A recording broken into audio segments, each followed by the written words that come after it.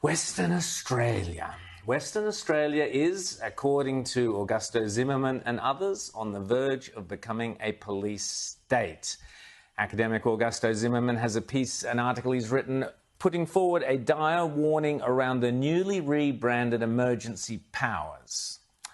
He's not alone. He's not the only one. Rosie Cornell is a lawyer who has been bravely speaking out about this new bill called the Emergency Management Act, which gives the WA Police Commissioner the most extraordinary powers to enforce emergency COVID measures without any ministerial oversight.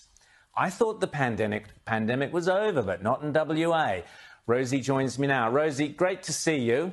You're a very brave woman. You're a lawyer who's speaking up against what you see as basically an encroaching police state situation in WA. Talk us through what is in this Emergency Powers Act. The Emergency Powers Act is this really problematic thing because the amendment actually talks about giving a COVID-19 officer, who will be a police officer, extraordinary powers to break into and enter any place. So you won't be able to keep them out of your home. With these powers, they will be able to administer any medical treatment, and it's not clear in the bill whether they will be doing this themselves or whether they have to have a medical practitioner with them. The way that the bill is worded, it just says that the COVID-19 officer can do that. So there's a great big red flag there for a start. And one of the most concerning things is Section 77M, which literally gives them the right to take control of or use any place, vehicle or thing, which to me, applying some very basic legal interpretation, and that's pretty broad. They can do whatever they like, and it looks like they're getting rid of our property rights. So, it doesn't really explain much. And also, at their discretion, they can take you off. And also, Rosie, these quarantine arrangements, they can quarantine you indefinitely, apparently, where you'd have to pay for your accommodation. Now, we'll talk about that in a second, but here's where I'm really confused.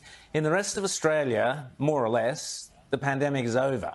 We're winding everything down. New South Wales, obviously, far more so than any of the Labor states, but that's what we're doing. These new powers are extending COVID, not until the never, but until, if I'm correct, pretty much around the time of the next WA election or the day after it. Is that correct? I think it's the day after the last day that they can call the next election, like that the next election has to have been held. So it is quite concerning that they've made it a 2-year extension when, as you say, the pandemic is essentially over. Pandemics we've been told, they last for 3 years. And we are at the end of this pandemic. And even Western Australia has come out and said you do not have to isolate anymore if you have COVID-19. So why does the government suddenly need to have these extraordinary powers? And just to be clear, Rosie, so people in the rest of Australia can understand it really simply, these emergency powers were brought in for COVID. And they had certain, oversights. The minister had to oversee what was going on and so on. It's taken those powers, handed them to the police commissioner with no oversights. There's no pandemic. There's no oversight. And yet the police commissioner now can run around confiscating people's private property, breaking and entering into their home or seizing their vehicle without a warrant and carting you off to a quarantine camp. This is straight out of some, nightmare dystopian film. And explain to me, Rosie, because I'm obviously pretty stupid, explain to me what is the connection between confiscating someone's vehicle or breaking into their home and a virus? See, you've got me there, Rowan, because I must be as stupid as you are, because I really don't get it.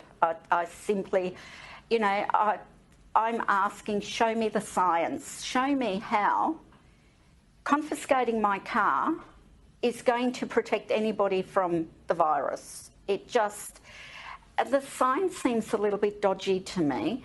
And, you know, I use that word wisely because I just, like you, I don't see the connection. It is well, there isn't. Well, I'll see. tell you, Rosie, there is no connection. We had this week, and I'll be speaking to Rob Roos, the European Member of Parliament, tomorrow about the fact that Pfizer have admitted they never tested for immunisation. In other words, they basically admit that there was never any grounds for suggesting that you needed to be vaccinated or that the vaccines would prevent transmission. So all of these powers that have been given to your police commissioner, they're not about the vaccine, let me tell you that. Rosie, we're going to have to leave it there.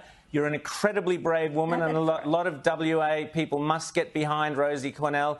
Look up for her and look after her. Thank you so much, Rosie, for coming on the show this evening.